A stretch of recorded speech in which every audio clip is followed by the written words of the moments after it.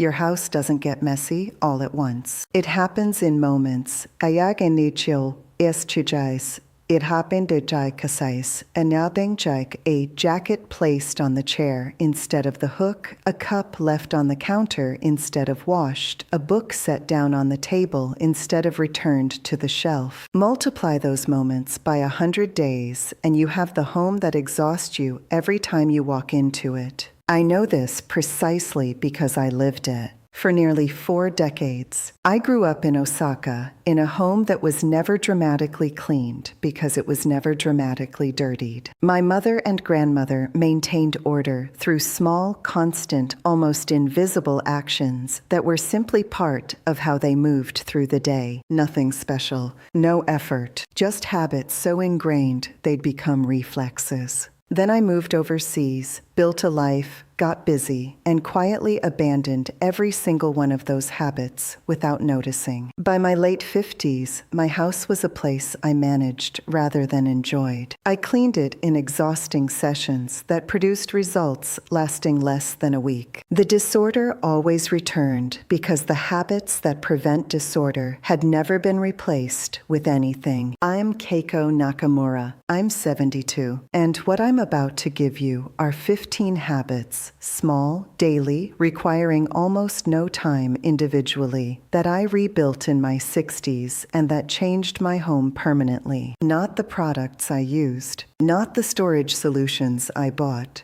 The habits. The cleaning industry profits from your belief that order requires effort, products, and periodic heroic intervention. It doesn't. It requires these 15 things repeated until they become automatic, and not one of them costs you anything. Habit 1. The keys encherdoi de distachis 2 minixteril tau. If something takes under 2 minutes, do it now, not later. Now. This single rule, applied consistently, prevents the majority of household disorder. A jacket takes 30 seconds to hang. A cup takes 45 seconds to rinse. A surface takes 60 seconds to wipe. These are not cleaning tasks. They're micro-actions that, when deferred, compound into the pile you face on Saturday afternoon. The mental shift this requires is small but significant. Stop asking, "Can I do this later?" and start asking, "Does this take under 2 minutes?"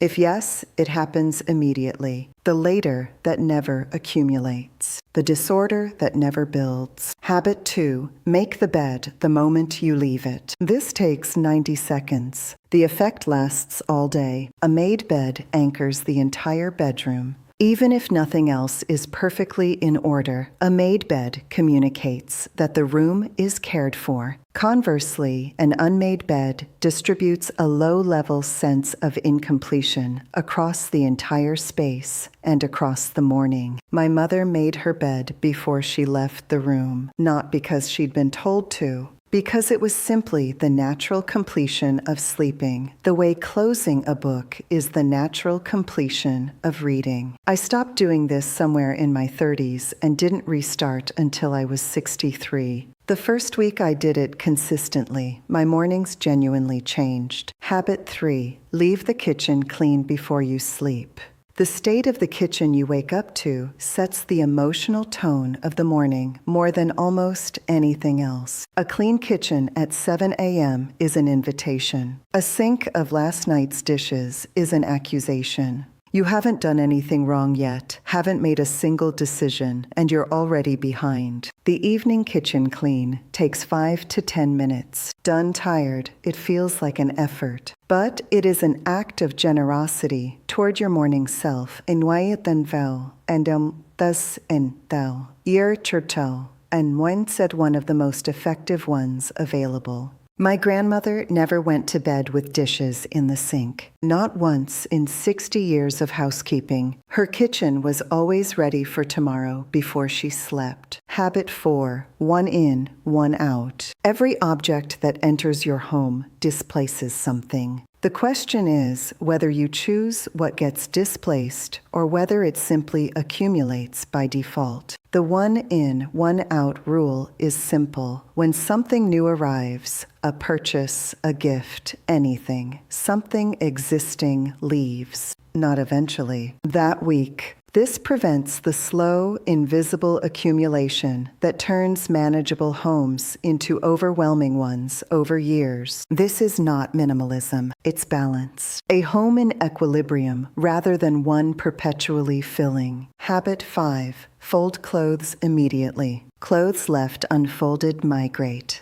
Etata seo dekaj gay. A shirt on the chair becomes 2 shirts. 2 becomes a pile. The pile becomes the chair's permanent function. Folding immediately when laundry comes out of the machine, when clothes come off at the end of the day, takes almost no time and prevents the textile disorder that accounts for a significant proportion of most bedroom chaos. There is also something my grandmother understood about this that I only grasped later. Folding clothes carefully is a form of respect for them. It extends their life. It keeps them functional. It makes the wardrobe navigable. When every item in a drawer is folded and visible, the drawer serves you rather than containing you. I want to pause here and tell you about something. When I returned to Japan in my early 60s and began rebuilding these habits, genuinely testing them in my own home after decades of having abandoned them, I kept detailed notes, what each habit felt like to apply, what resistance I encountered,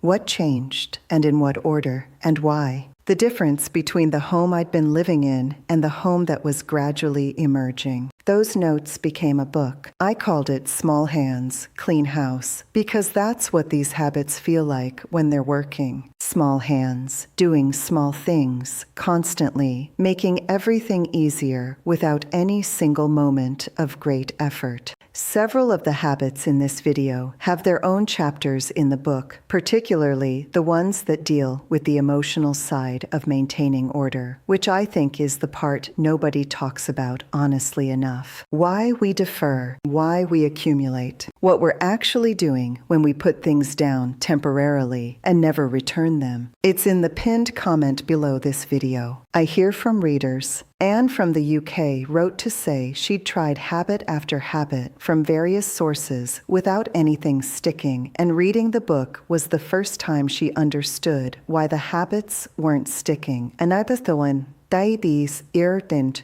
indal any tatang I. And that understanding changed everything. Roberto from Spain said he gave it to his mother, who is 74, and she called him the next week to say the kitchen chapter had changed her mornings completely. Yuki from Australia, she grew up in Kyoto and moved overseas like me, said reading it felt like being understood in a way she hadn't expected from a book about housekeeping. It's there if you want it. Now, back to the habits, because we're only halfway through. Habit 6. Tidy as you move. Every time you move from one room to another, carry something that belongs in the direction you're going. Going to the kitchen? Bring the cup from the coffee table. Going upstairs? Bring the book that drifted down from the bedroom. Going to the hallway? Return the thing that's been sitting at the bottom of the stairs for 3 days. This costs no additional time. You're moving anyway.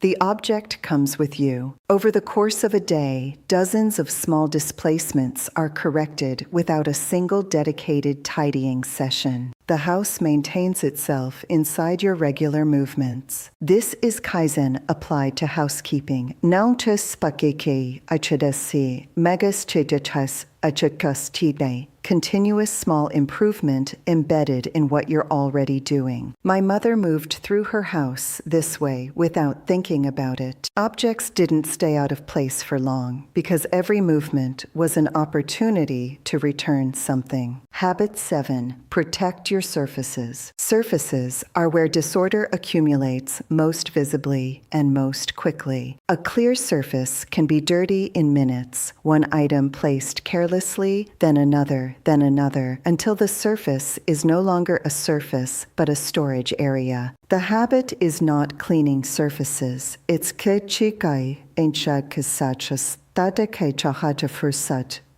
It's protecting them.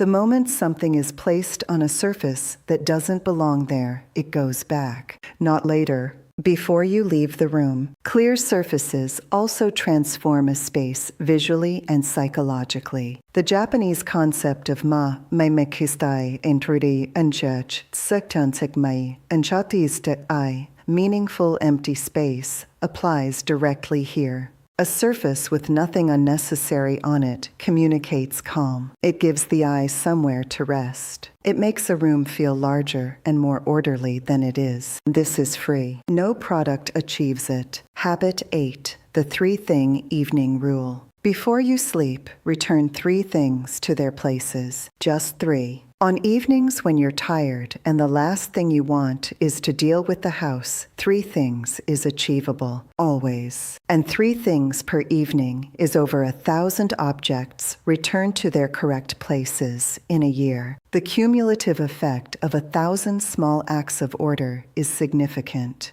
This habit also serves a deeper function. It closes the day with intention. The house is left in slightly better state than you found it when you woke up.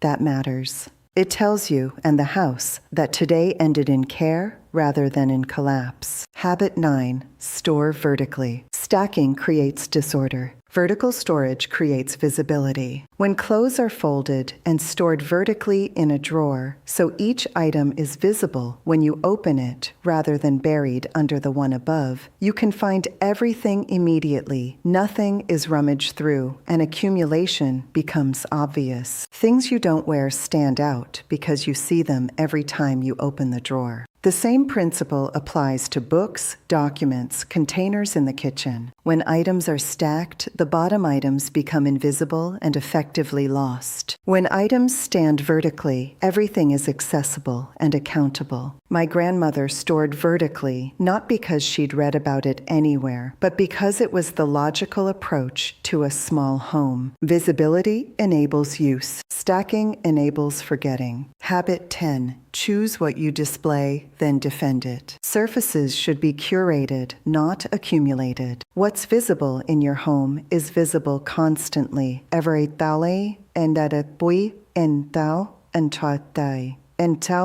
Every time you walk past it, every time you sit in the room. Objects placed without intention create visual noise that accumulates into a background stress most people have stopped consciously noticing, but never stop feeling. The habit: decide what belongs on each visible surface. Put only that there. When something appears that wasn't chosen, mail, an object set down temporarily, something that drifted in, idolichi tru tai, anjiwa ma, ati twit leaves immediately. Fewer displayed objects means faster cleaning of the surfaces they sit on. It also means the things you do display actually register. They dekai agitiat and tripachikrester. They have space around them, presence. Miandiadatai, antiets meaning. My grandmother had 1 plant, 1 photograph, and 1 ceramic piece in her sitting room. I can still describe all 3 perfectly. I cannot describe a single object from my own sitting room in the years when it was crowded.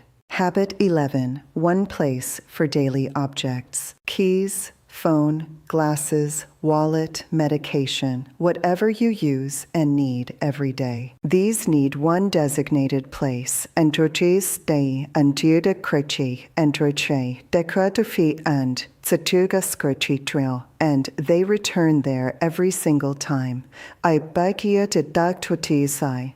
The number of minutes lost weekly searching for daily objects is measurable. More than that, the friction of not knowing where something is creates a low-level anxiety that radiates into the whole start or end of a day. 1 designated spot eliminates this entirely. The object is always there. The search never happens. This requires a decision made once, followed by a habit maintained consistently. The decision takes 30 seconds. The habit becomes automatic within 2 weeks. Habit 12, a 5-minute evening reset. Different from the 3-thing rule. More complete, used on evenings when you have a little more capacity. 5 minutes before bed, move through the main spaces of your home and return them to their neutral state. Not clean, neutral. The state they'd be in if no one had been in them today. Objects returned, surfaces cleared, cushions straightened, nothing left sitting somewhere it doesn't belong. This is the habit that changes mornings. Consistently, without exception. Walking into a home that has been reset the night before feels different from walking into one that hasn't. The day starts from a better place. You have not given yourself yesterday's disorder as the first thing to deal with. Habit 13, one small space, once a week. Every week, spend a few minutes with one small area. Arjatukages awan achu. Anjain smayet. Kamanya have a drawer, a shelf, a cupboard, a basket. Not the whole room. One small space. Look at what's in it. Does everything there still earn its place? Is there anything that has drifted in that doesn't belong? Anything that's broken, unused, expired, or simply taking up room it could give to something else? This weekly practice prevents the gradual accumulation that turns manageable spaces into overwhelming ones over months and years. It catches disorder early, before it requires a major intervention. Small and consistent rather than large and occasional. Ang these second kisay and chadete kisay and trur amat wakin. This is the principle behind every habit in this list. Habit 14. Give everything a fixed address, not a general area, a specific place. The scissors go in the left drawer of the kitchen, second section from the back. The spare batteries go in the box on the second shelf of the utility cupboard. The tape goes with the scissors. This sounds pedantic. It eliminates searching entirely. When everything has a fixed address and returns there after use, the question, where is it? Amaise chiwathei iningasatei, stops being asked. The answer is always the same. The object is always there. My mother knew where everything in her home was because everything had a specific, consistent place. She was not organized by personality. Shuskagino, and nor or, dino and churkino. She was organized by system. A system so simple and so practiced that it had become entirely invisible. This is what the organizing products industry doesn't want you to understand. You don't need their products. You need addresses. Habit 15. Complete every activity. Every activity has a natural ending point that includes returning what was used to where it belongs. Cooking ends when the kitchen is clean and tools are returned, not when the food is eaten. Reading ends when the book is returned to the shelf, not when you put it down. Working ends when the desk is cleared and materials are stored, not when you close the laptop. This habit changes the entire relationship between activities and the disorder they create. When each activity is completed in this way, nothing accumulates. Each thing you do closes fully behind you. The house at the end of the day looks like the house at the beginning because every activity has been completed rather than merely paused. It requires a brief shift in mindset. And el anses tri guaige trace and di tri adade chi cresi, extending your definition of done by 2 minutes. The result is a home that doesn't build disorder because disorder is never allowed to establish itself between activities. These 15 habits share one characteristic. None of them are cleaning. They are disorder prevention. The difference is significant, and it is precisely what the cleaning products industry would prefer you not examine too carefully. If disorder is prevented, cleaning becomes minimal. A wipe here, a quick sweep there. The deep sessions, the Saturdays spent exhausted, the products purchased to address accumulation, become largely unnecessary. That is an enormous amount of time, energy, and money returned to you. My grandmother never bought a specialty cleaning product in her life. Her home was cleaner than any home I managed with a cupboard full of them. Start with one habit, the 2-minute rule, or the made bed, or the evening reset, which you and shall way, or the next childs, at the natum wes, whichever one resonates most. Apply it for 2 weeks until it's automatic. Then add another. You are not trying to clean better. You are trying to build the habits that make serious cleaning unnecessary. Small hands, clean house. The full account of how I rebuilt each of these and what changed is Thank you Frichi Bakdenanake Doen Tsi Doen and Jendekers Dend Damned They Dens and They. And to you free and is in the pinned comment. And I'll see you in the next video.